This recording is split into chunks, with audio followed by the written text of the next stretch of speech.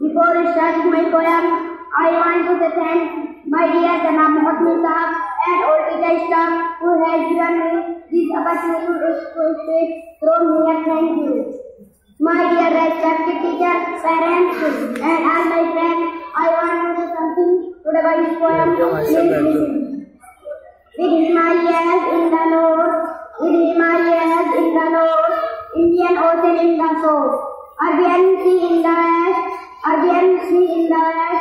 Bay of Bengal in the east. I love my nation. With developed culture and beautiful structure, the people have no rest to do their work best. I love my nation. They give us resignation, that is the latest station. They do many inventions, which are about fiction. I love my nation. With number of hill stations, which are God creation. It gives us protection, and save us from tension. I love my nation. Thanks a lot for listening to me. Assalamu alaikum warahmatullahi wabarakatuh.